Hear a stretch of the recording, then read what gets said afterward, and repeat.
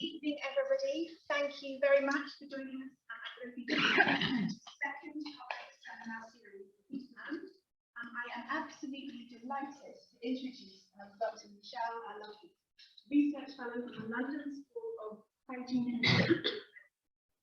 Michelle has a background working as a humanitarian practitioner with a focus on gender equality and gender-based violence.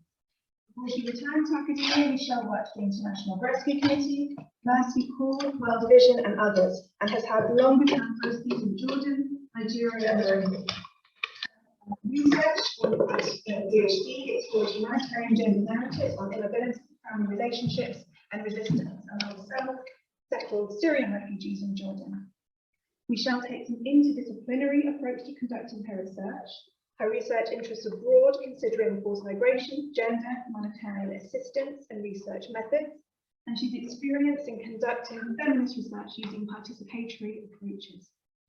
Two recent publications of hers that might be of interest to you are in Frontiers of Sociology and Refugee Survey Quarterly, and they focus on gender mainstreaming and organizational culture in the aid sector and humanitarian accountability. The title of her talk this evening is Gender and Humanitarian Representations of Syrian Refugees During Displacement. Michelle has kindly agreed to talk for around 30 minutes and then take any questions that you might have. So please do use this opportunity to ask her about the presentation today, about her publications more broadly, and potentially, as well, you may also be interested in feminist research methods as well, and how they can be applied in practice. Thank you very much. Over to you. Thanks, Catherine. It's great to be here today. So today I'm going to be speaking about gender changes during displacement and focusing on this narrative that gender norm change is something that happens during displacement, and displacement is an external intervening stressor that causes change among refugee populations. So I'll start off just by situating what I'm speaking about in some assumptions and debates about change during displacement. And then I'll talk through my methods, which Catherine mentioned include feminist research methods, and then discuss my findings. And I'll start off by sharing for the findings some reflections from humanitarian workers on this concept of change. What does it mean? What does it look like? Who defines change? And then I'll focus on 4 assumptions that are often made about change among Syrian refugees. So the first around child marriage, the second around men's decision making, the third on the vulnerability of female-headed households, and the last about related work. I'll end with some general reflections on what it might mean for scholars and for practitioners to conceptualize change during this. And today I'm speaking on my PhD research, which was among self-settled Syrian refugees in Jordan. So starting off and trying to sort of think about some of the assumptions and the debate that informed this research. And really, I think an important starting point is thinking about the narratives about gender and displacement within the history of how gender has been placed within humanitarian aid. So humanitarian actors were historically critiqued for rendering women invisible in their humanitarian activities. And so gender analysis became a way to rectify this. Since the 1990s, there's been considerable progress that's been made in trying to bring women into sort of development and aid agendas. Initially, it started with sort of approaches around gender balance and trying to make sure that women were also recipients of aid. And then in recent years, it's included a focus to considering hierarchies of power surrounding women's lives. So now gender equality is increasingly mainstreamed in humanitarian action. Gender is seen as a cross-cutting theme to be addressed across all sectoral programs, as well as an issue in its own right. And gender analysis is often a donor requirement, particularly for new programs. Through gender analysis, we can see narratives about displaced populations becoming institutionalized. And so my particular interest is in how gender analysis about refugees is presented and what kinds of dominant narratives might inform this analysis. So as we're all aware, the term refugee is not neutral, but it's political and it's also gendered. So for example, there's often a focus on female refugees as vulnerable, as powerless. But we see quite a different narrative about male refugees. Media and news outlets in particular depict male refugees as mobile, as dangerous in how they move across borders. And there is very political and gender undertones to the way that refugees are spoken about. The term refugee is also sometimes used as a way to reflect on a collective refugee experience, which many scholars have critiqued. And there are very particular narratives that emerge around gender and displacement. So displacement is positioned as an external intervening force that results in very particular changes. And according to humanitarian actors, these changes are really similar across different settings, different types of conflicts, and they often focus solely on women's experiences. So they often include things like soaring gender-based violence, increased child marriage, increased economic pressure on women, sexual exploitation experienced by women and girls, and broken and disrupted family structures.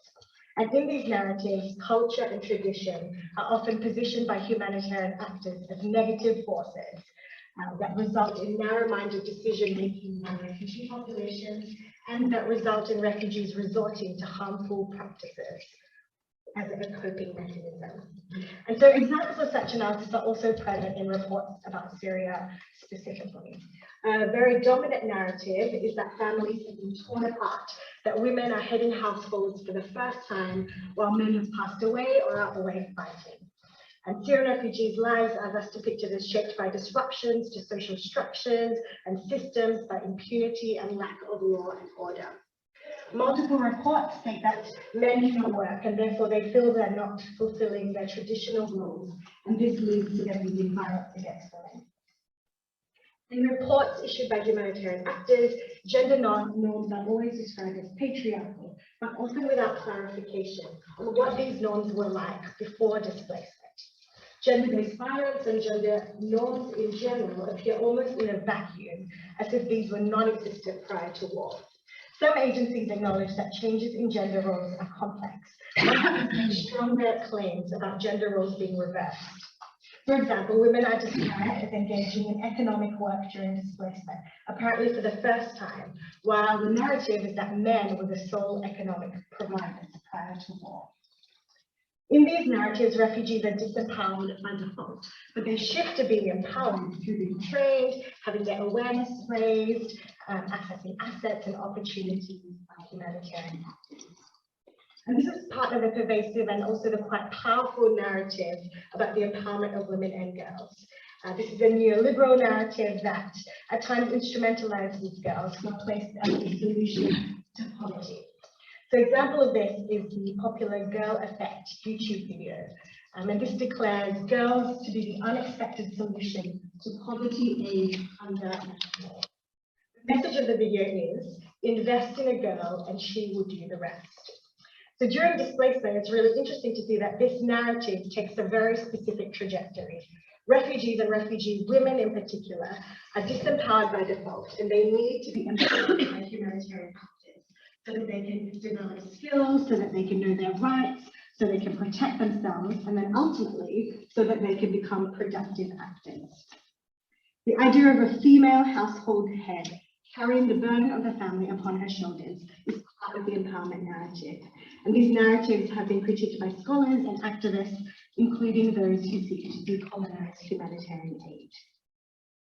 And so my research is really situated within these humanitarian narratives and is also informed by my own experience working and being entangled in some of these narratives around gender equality and women's empowerment.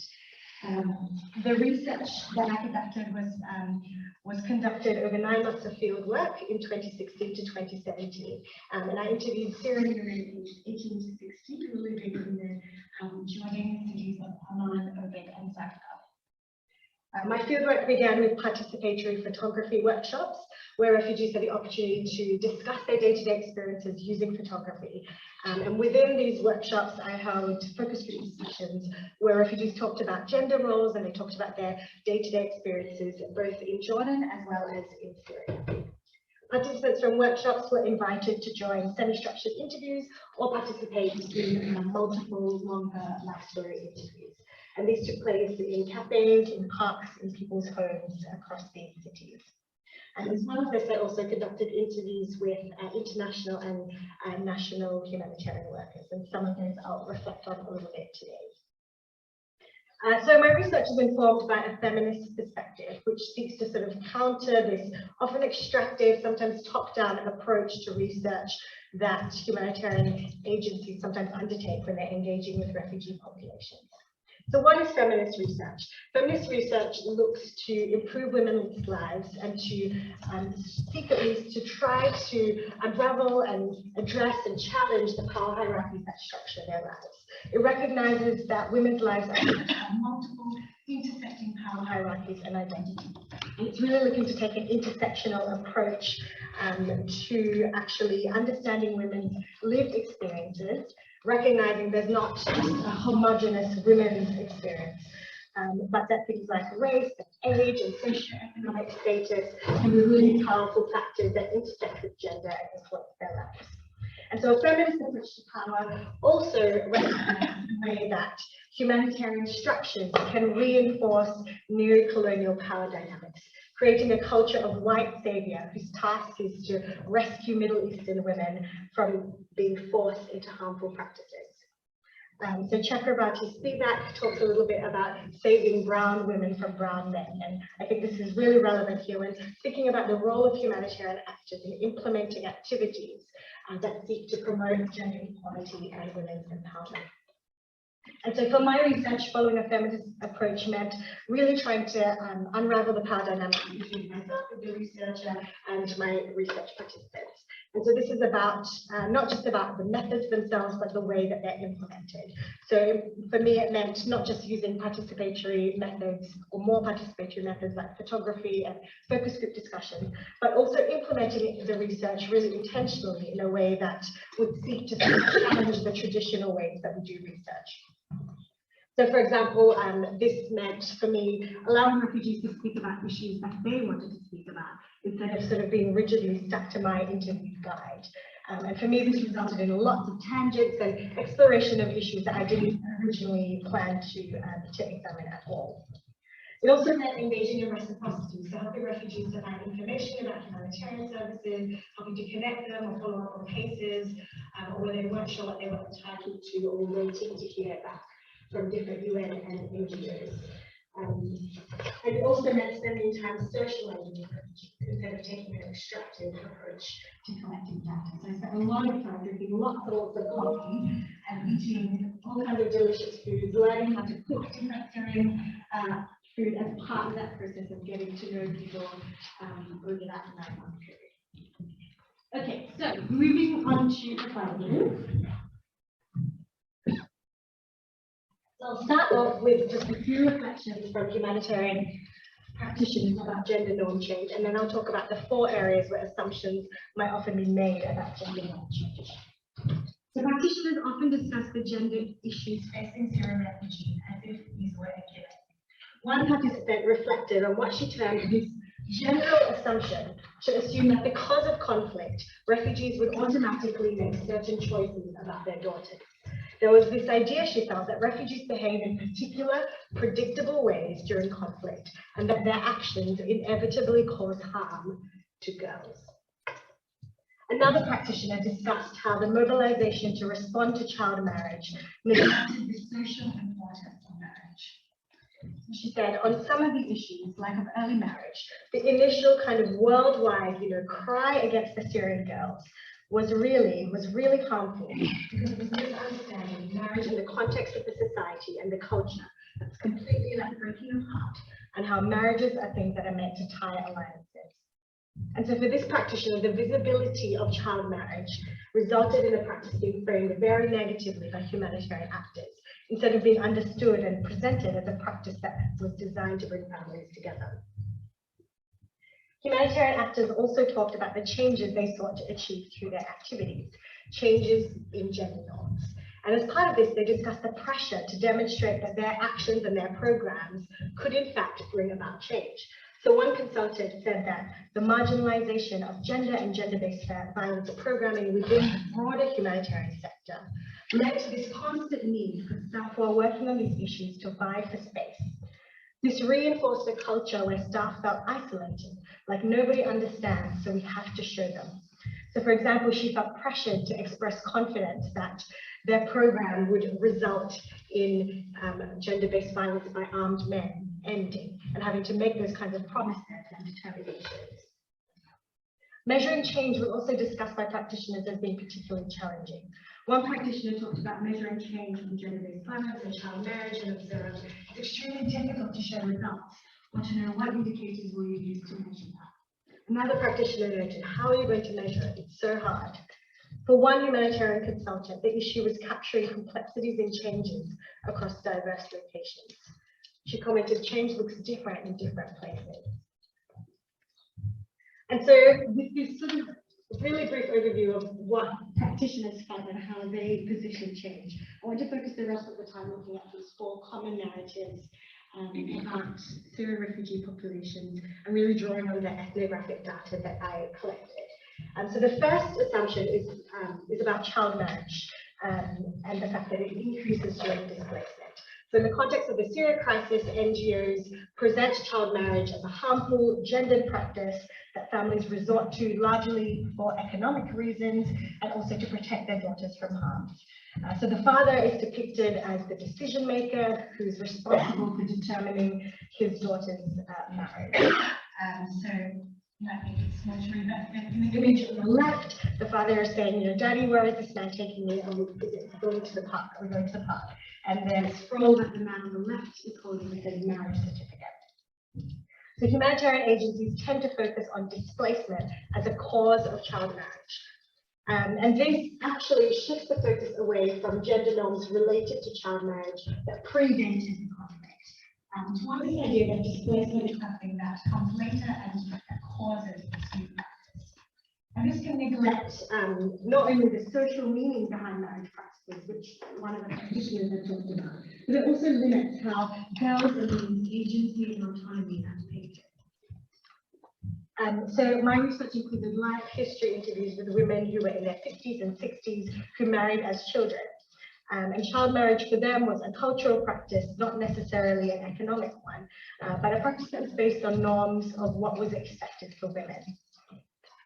And there are also cases where child marriage might be the explicit desire of girls themselves. So one woman was married at 17, and she met her husband, who was a few years older than her, when she was a teenager, and was directly pursued by him. And her father initially didn't agree to the match because he felt, firstly, that she was too young to get married, and then secondly, that the prospective husband was a stranger, rather than a family member. So in some Syrian communities it was and still is customary to marry a family member, so usually a cousin. And so her prospective husband sent love letters to her for a few years until her father finally relented and allowed them to marry. And she, interestingly, used this resistance from her family to get her future husband to do what she wanted, even after they were engaged. So speaking of her then fiance, she said, all he wanted to do was to please me, whatever I wanted. And what did I do? I took advantage of that opportunity too. So although she wasn't technically allowed to be alone with her fiance, she worked around this. So she used his love for her to make him agree to secret meetings. And when they got engaged, because she didn't want to live with her mother-in-law, as was customary, she persuaded her to negotiate with his mother. Defying the stereotypical image of a victimized girl who's forced into marriage, she used her own strategies to achieve what she wanted, to get married. Her family didn't push her into marriage, but she said that she wanted it. And she was even able to take advantage of the resistance from her family to get what she wanted out of her fiance. And this was strategic, so it enabled her to accept power over him. And she said, quite proudly, that she continues to get whatever she wants from her husband, even now in her late 50s. So during my interviews with her, while I observed her sort of issuing orders to various members of the family and telling them to bring this, take this, go and do that, she also gave examples of how her husband does whatever she wants. She tells him where to go, where not to go, and this is how their marriage is. Just as young girls and young women may choose marriage, they can also reject the pressure to marry. And I think understanding that girls have this ability to refuse also disrupts the singular narrative about about Syrian marriages that humanitarian actors sometimes perpetuate. So one male research participant explained how he fell in love with a girl when he was a teenager in Syria, and he would send her love letters, but she ripped these up, and she told him that she wanted to finish secondary school first before marriage. Another woman who's now 21 and unmarried is seen by her extended family as a spinster. So they are shocked that even in Jordan, she has refused prospective suitors, but she is resolute.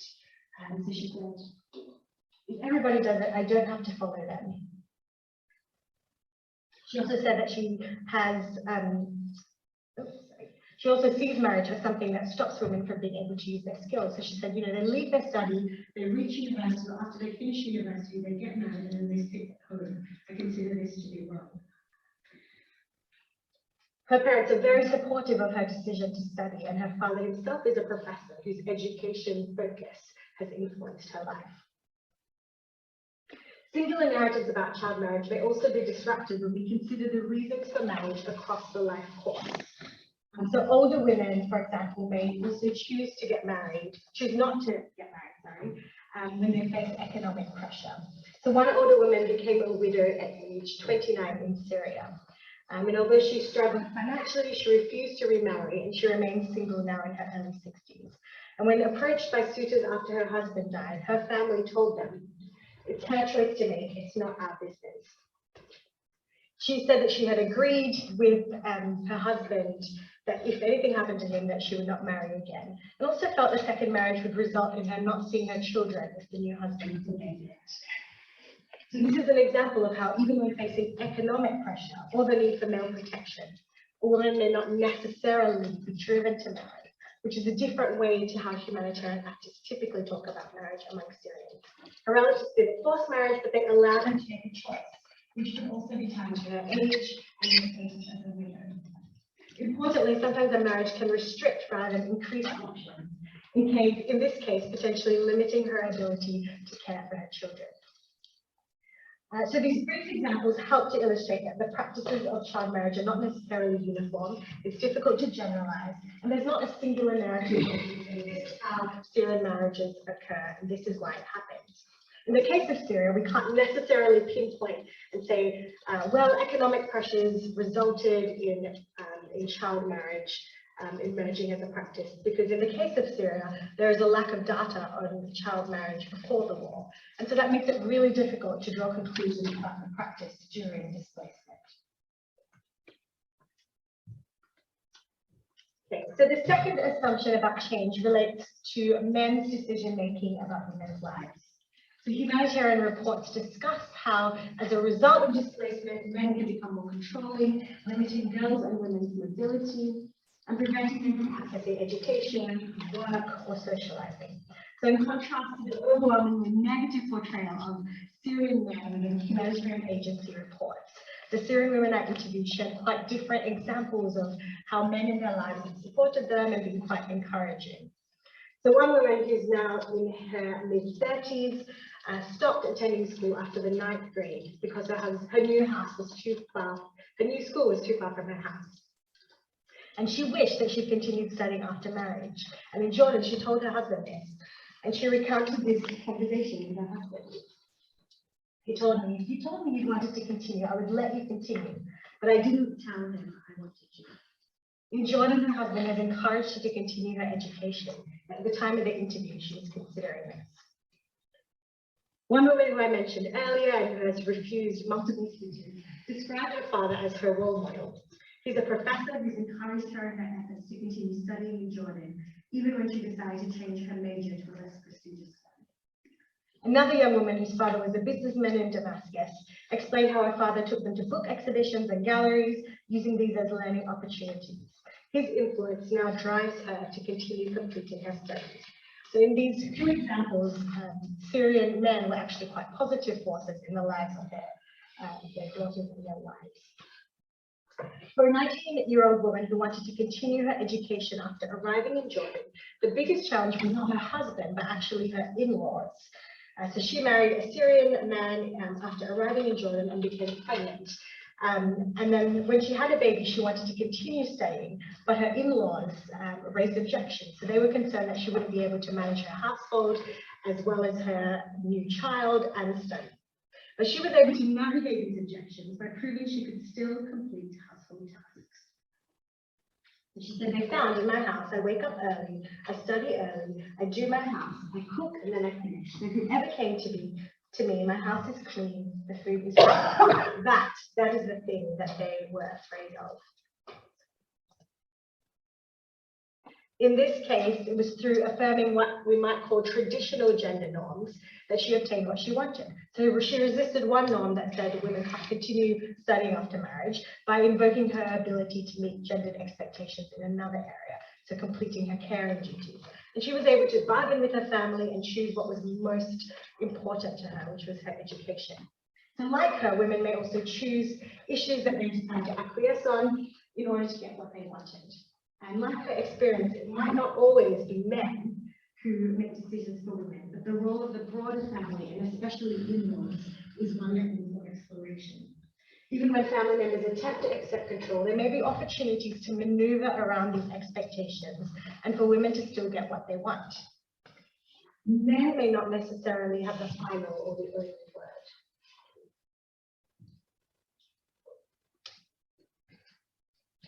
So the third assumption is about the vulnerability of female-headed households.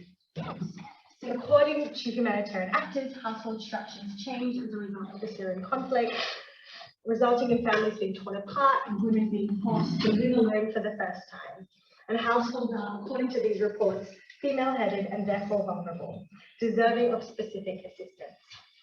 Being female-headed is one of the criteria that many agencies in Jordan and in the region use to determine if refugees are eligible for cash assistance. So back to the point about the need to sort of consider norms before displacement first.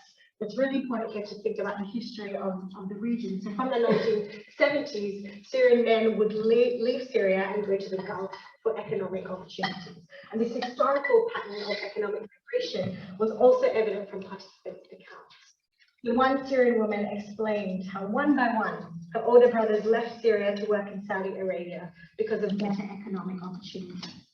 Now, the older woman said that her husband worked in Saudi Arabia for several years, returning only in the summer, while she remained in Syria raising her young children. An older man said in an interview that he was away for most of his children's childhood and early adulthood, visiting only every summer. So displacement is not necessarily the first time that women have been heads of households. Many Syrian women shared that they were responsible for what they called men's tasks in Syria, while their husbands or their fathers were absent. Further, even having absent male family members didn't mean that women were alone because they had support from extended family networks, which are an important fixture in Syrian society. Many women discussed how they had support from extended family members in caring for their children and in managing their household, both in Syria as well as after coming to Jordan. So in contrast, humanitarian narratives emphasize women's vulnerability, especially the challenges faced by female-headed households, who are assumed to be vulnerable by default. And this is, I suggest, linked to the way female-headed households have been positioned in other emergencies, especially in the context of African emergencies, and that sort of narrative about female-headed households has been transferred into the Syria context. And these narratives are often based on assumptions about refugees' lives, but they have direct implications for humanitarian interventions. So they can result in certain groups being prioritized over others in receiving aid, or in paternalistic attitudes towards certain groups of women. So female-headed households, for example, are assumed to be automatically disadvantaged. So there's little recognition of women's autonomy, their decision-making, or their existing social capital. These women are assumed to experience not just gaps in economic security, but also low awareness of how to care for their children, how to protect themselves, and what their rights are, which is where NGOs come in. This kind of narrative affirms the role of humanitarian actors in raising awareness, justifying future funding. The problematic assumptions underlying these conclusions are not necessarily questioned or interrogated further. Instead, it's assumed humanitarian actors know what they need to know about people's vulnerability in order to proceed. Syrian women may already have some of the coping strategies and the abilities to adjust to different household structures. So it's not as simple a case of displacement being the trigger that disrupted family life, because some of these disruptions had already been happening. This is not to say that female-headed households are not vulnerable, but it's more about raising a question about whether we should automatically presume vulnerability. Okay, so then the fourth final narrative is about women's work. So a common humanitarian narrative is that Syrian women didn't work before the war, but they remained in the home, they looked after their children, they cooked, they cleaned their houses, and during displacement, the narrative is shifted. So humanitarian agencies say that because of the economic insecurity and because of pressure on the family, women are now forced to work. And humanitarian actors emphasize their role in supporting women in developing the skills and the knowledge so that they can be productive actors. So my research found really quite mixed experience of work both before and after displacement. So before displacement, there were women experiences that really challenged this idea of culture or tradition automatically stopping women from work. So some women only worked before marriage, while others continued working after marriage, for example. It wasn't always a case that the husband stopped the wife from working. Sometimes the woman decided to stop herself. Sometimes the family encouraged her to work.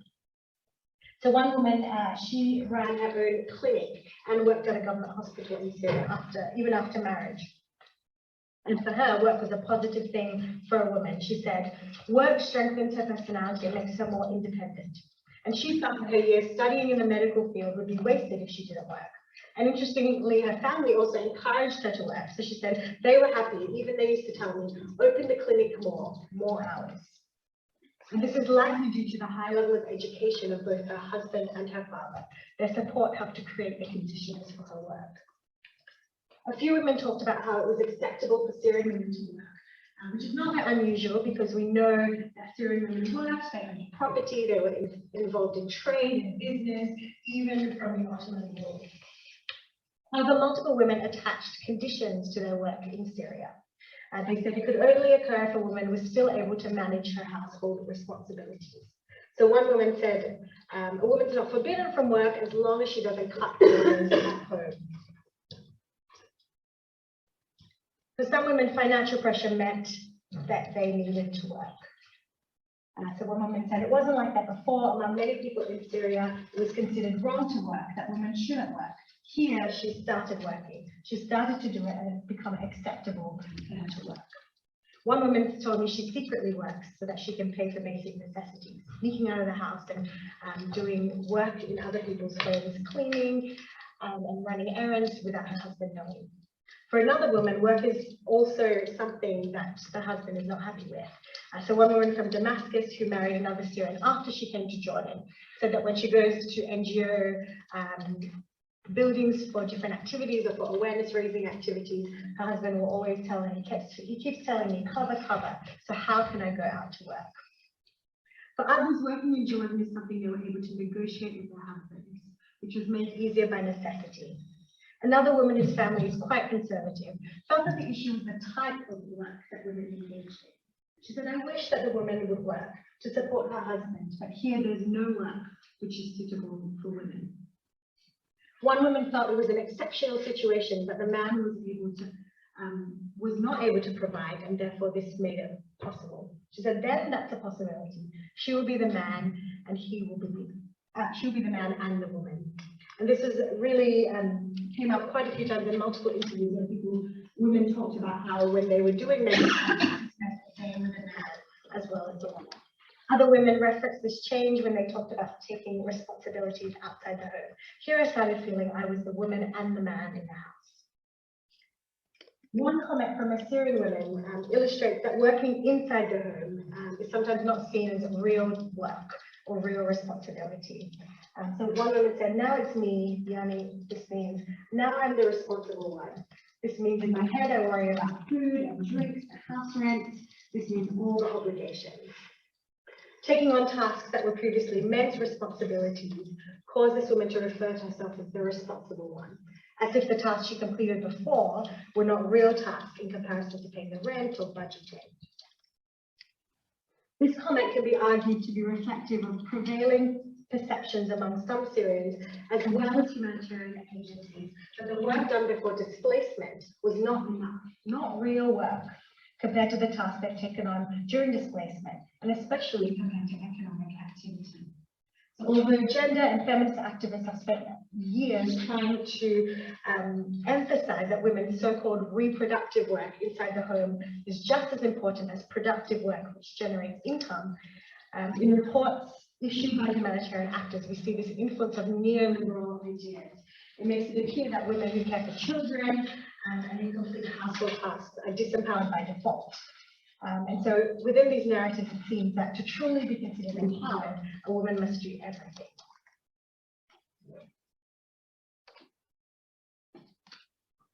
So as I wrap up, there are still questions about the relevance of this concept of change within narratives about refugees and gender.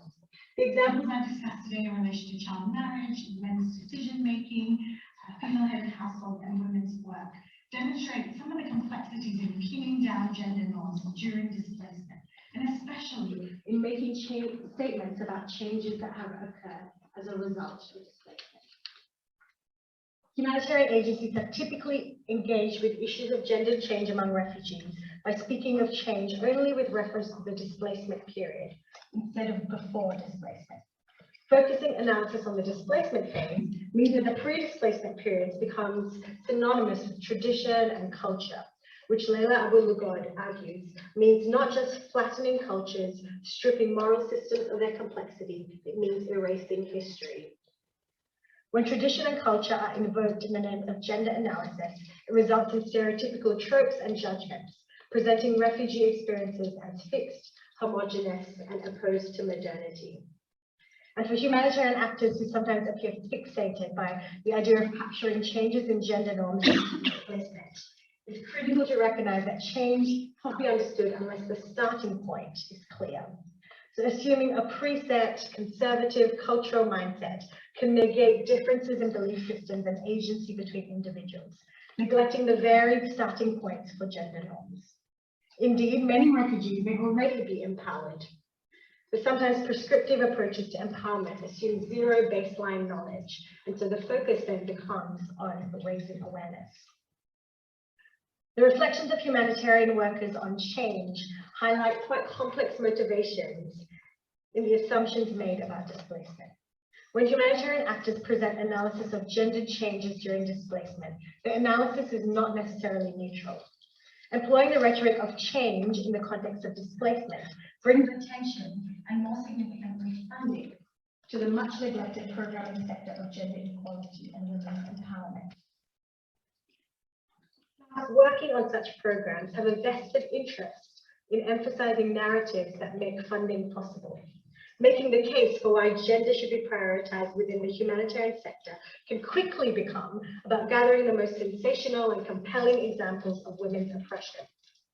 What Andrea Cornwall refers to as gender myths and feminist fables can then take the place of real analysis. Refugees' lives may become reduced to tantalizing tropes, operating as clickbait to try and generate interest and funding. Humanitarian actors then present their roles in transforming refugee lives and addressing these oppressions, mapping out the changes they will achieve in neat log frames and theories of change. While humanitarian actors increasingly rely on universal, quantifiable indicators, this misses the fact that change means different things to different people. Rarely is the focus on change from perspectives of refugees themselves. Instead, others make judgments about their lives. So how can humanitarian actors and scholars and activists actually grapple with this concept of change? And how such debates and assumptions are to be constructed? The late Judy Bushra suggests that need to answers may not always be possible, and she recommends that we reflect on a few key questions when we think about change. So I'll end with these questions that she suggests. She said, do people see their lives as being better or worse than before? And how far is their interpretation of this question colored by their own gendered experiences? How far are the interventions of development or humanitarian agencies colored by their own perceptions and values? Thank you.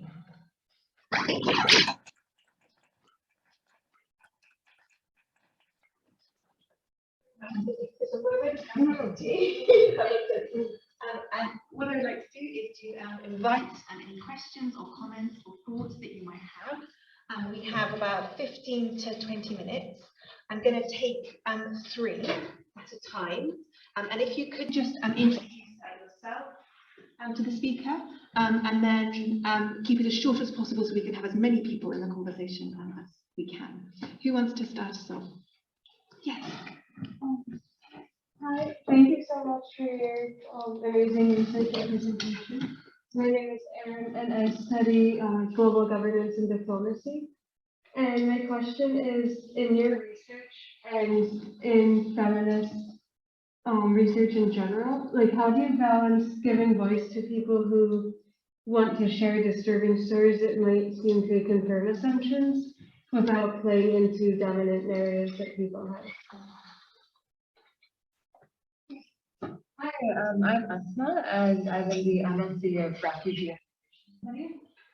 So I guess I'm just going to couch my question in an example quickly. So I so appreciate your thoughtful presentation, and I had been thinking about if, say, we were to take an American woman or a British woman and talk about the relationship that she has with her father or her brother or other members of her family, it doesn't seem that we would attribute that to these larger realities of gender within their society as readily as we do when it comes to, say, a Syrian woman's relationship with her father. So I'm wondering at what point you think in the future would we be able to get past, say, always attributing personal relationships that refugees have with people in their lives to these larger narratives? I have a third question. Oh, yes. Thank you. Thank you so much for your presentation. My name is Sandra and I'm studying a Master in Public Policy.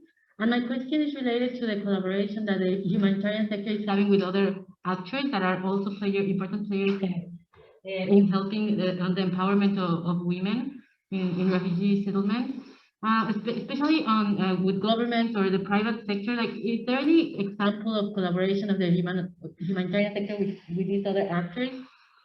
And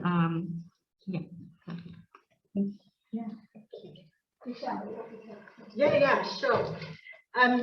So the first question about sort of how to place the more disturbing stories that fit into the common narratives. So I think a feminist approach would say that that we don't flatten out the complexities and the contradictions, but we try to give light and space for them, which I think is quite different to how humanitarian actors would position it. Because if they were analyzing the data, and I know because I did this when I worked for them, you would just choose the most dramatic story or the most compelling narrative that shows what we can do or how we can transform their lives. So I think definitely in my research, I came across stories, for example, of domestic violence that really reinforce these narratives. But then for me, so I'm writing a paper at the moment, I'm trying to sort of talk about these marital relationships, but it means contextualizing them alongside the examples of the positive relationships that other women had. So that it's not that I just sort of pick out the worst stories and put them all in a nice little package and say, look, here is this terrible situation. But it's bringing nuance and trying to draw all the different perspectives in. And also I think not being afraid of not having a tidy narrative. I think people are increasingly wanting you to say, well, can you just say what's the one thing that you found? Can you just summarize one takeaway message? And so then when you say, oh, well, it's really complex and there are cases of both positive and negative, people aren't satisfied with that because they want something really quick and grabby and snappy. And so I think trying to disrupt that as much as possible, which a lot of feminist writers talk about, being happy with living with those contradictions and that uncertainty and where the data doesn't make sense. And actually, I've shown both sides of the argument in my paper. And so I think that's where that comes in. But great question. Yes, the second question about I guess, really about patriarchal forces across the world and not just in the countries that we're trying to help. I think that's a really big issue. I think in recent years, it seems like there's more appetite towards recognizing the role of patriarchy and the role of human oppression, especially because of the Me Too movement. So it feels like those narratives are coming a lot more to the surface when we hear these stories of women's violence, which has been situated in this broader context of patriarchy and women's subordination. So it feels like those are coming slightly more to light, but it is true that we are quicker to point out the role of culture, the role of tradition, the gender norms in other settings than we are in a setting like the UK, for example. I think that's also part of the critique that decolonial scholars would raise, and they would say, why is it always about trying to go over there to help them with their issue? For example, there's a lot of child marriage in the US, which is not really a focus, or you don't really hear much about. But there will be many US organizations who will be doing activities in Sierra Leone and Somalia to end child marriage. And so there are those dissonances, but I'm hopeful that it's starting to shift a little bit. And as I think as there's more momentum, and I think the women's movement, the feminist movement has also grown a lot and changed a lot in its messaging. And so hopefully that those kinds of dissonances will become a bit more clear in the future. And then the third question is about relationships between government and the private sector. Yeah, so I think definitely there are lots of examples. So I'm trying to think of Jordan, where I worked, and there were definitely a lot of organizations who wanted to collaborate with humanitarian actors. I even think that might have been one of the earliest slides. Lots of sometimes so good and sometimes not so good. What is this company? Beiersdorf. They are like a skincare company. I think and companies like Dove and often will align themselves to sort of women's empowerment and gender equality narratives. So sometimes it is good because it gives voice and space to that, but then at other times it also reinforces certain narratives. So I think there's good and bad sides of government and private sector partnerships, but it's also sometimes NGOs feeling like they have to sell a particular perspective in order to get the attention, or they don't want to downplay the problem because the private sector is not interested. And so having to sort of emphasize how bad the situation is what the funding and the interest is like. We have time for another few questions. Yes. I'm Sammy. I'm studying development studies. So you spoke of these narratives that often make funding possible. Like one that comes to mind in my mind is like women's involvement in economic activity. And there are a lot of critiques that kind of say that like maybe women's involvement in economic activity doesn't actually empower them, but it's just bringing them into like the capitalist narrative. So I'm curious if you delve into any of that literature and like what the women that you worked with actually expressed to you about like their economic endeavors and aspirations. Hi, thank you so much for your talk. It was really interesting. My question is about the term empowerment, which is so used in international organizations and NGOs. And correct me if I'm wrong, but my understanding is that they use this term kind of to proclaim themselves as feminists as well. But as you rightly showed, it's also kind of a paradox because it reinforces some stereotypes at the same time. So how do we, I guess, enter in dialogue with NGOs and doing more feminism respectful to women? Yeah, I think you talked about it at the end of your talk, and I would be interested to hear more. Any other questions? Hi, thank you so much for your talk. I'm Pilar. I'm a member of the teaching staff here at the Refugee Studies Center. And so I wanted to ask you a question about how new gender performance is also created through some of the things that we discussed. So there's a lot of good critical feminist literature in the region about NGOization and how it has also historically undermined more revolutionary, anti-capitalist, anti-colonial feminisms in the region. And so now, obviously, it's been 10 years since the beginning of the Syrian war, and as you described, people have been exposed to all these researchers and humanitarians. And to what extent do you think this dominant tendency among humanitarians to frame experiences along what you described as this neoliberal language of empowerment, some people have asked questions on this, doesn't only reinforce stereotypes, but also creates new ways in which refugees perform gender? So what I mean is there's incentive, as you described, there's reward for speaking in a certain way to kind of use this language that reflects highly westernized and also very depoliticizing ideas about empowerment and change. So since you've worked in both academia and in the humanitarian sector, I wanted to get any thoughts on how the work of researchers and humanitarians actually sets the tone also of how refugees speak about their experiences. So any thoughts on that would be appreciated. And I also want to say I really admire your work, and I've been assigning it to some of my students since last year. You're a wonderful option. So I'll start with that last question. I think it's a really fascinating one to see the way I think that refugees also understand what people want from them. And I mean, the huge amount of researchers just in Jordan alone is astronomical. Like, you can't walk down the street without bumping into someone who's doing a PhD. Because it's a lot more accessible than a lot of the other countries in the region. It's considered to be safe, and the refugees are considered to be much more accessible. And so people have flocked there, which I think has created a lot of fatigue on the refugees. Definitely when I worked at the International Rescue Committee, and every time a donor would come, we would trot out the same few refugees who would do their little spiel about being involved in like a chemical attack or experiencing violence or trying to flee, and it was just like they knew what to say, they came into this spiel and then they left.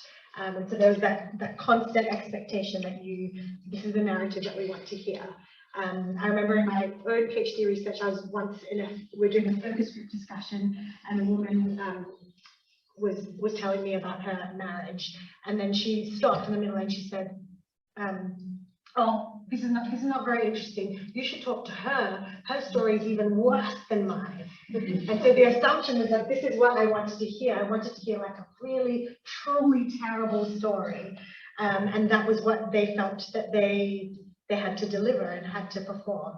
And I think, definitely, so who is it? Eleanor Figueiredo, she did her research that talked about how refugees also sort of perform for the humanitarian actors, and they acted in the way that was expected for them in order to gain benefits. And I remember at the IRC there were some reports that women were coming to social workers and sort of overemphasizing their negative experiences, and especially overemphasizing experiences of violence in order to access cash assistance. Because word had gotten around that to get cash assistance at the IRC, one of the boxes you needed to tick, or that would get you some huge framework, and there's all these questions, and if you answer yes to a certain number, then you get cash assistance. And so the word had gotten around that if you said you experienced violence, then you would immediately be fast-tracked to get the cash assistance. And so refugees, understandably, they are living in quite difficult situations. So you do what you can to survive. And so I think that is also, I think sometimes there's a bit of judgment on the refugees, like, oh, they're just trying to take everything and making up stories. But it's also, that is what we would probably do if we were in that situation. And in that situation of need, you do whatever it takes to survive. So I think there's that side of things as well, that performing to survive and then also performing to get different things. The first question about neoliberalism. Yes, so I think definitely neoliberalism has crept not just into gender and humanitarian work, but also into feminism. And this maybe ties to the second question as well, where empowerment used to be about sort of skills and capacity and agency, and then there's been a really distinct shift in the last 10-15 years towards it being economic empowerment. And so that is what it means to be empowered. And and to truly be empowered, a woman needs to work, she needs to earn money, she needs to have control over her income, which is not necessarily false, but it has really narrowed the scope. And so Andrea Cornwall writes about this, also Sri Lanka, she talks a lot about sort of the way the narrative about empowerment has really shifted and the whole meaning has changed. And I mean, now I feel quite uncomfortable to read about empowerment and to write about empowerment because it's used in such a tokenistic way. It means different things to different people. When you say you're empowering a refugee, it immediately conjures up various images and various ideas that may not necessarily be what refugees want or what they need or what they are experiencing or how they would describe it. So I think the neoliberal narrative has really crept into development and humanitarian speak. It's become really intertwined with how we want refugees to be resilient now. So my paper, which Catherine mentioned in the refugee survey quarterly, talks about this idea of refugee resilience, and now it's almost sort of shifting the responsibility away from humanitarian actors because they've got it all within them. They just need to release it, and they can be resilient, they can cope, they've got the skills and the capacity, and then suddenly it's not our job to do anything, but they have to be resilient and they have to bounce back from these horrendous things that have happened to them. And so I think that resiliency narrative is really interesting, and it also links to the neoliberal one because it's bouncing back is always tied to economic empowerment and being able to survive economically.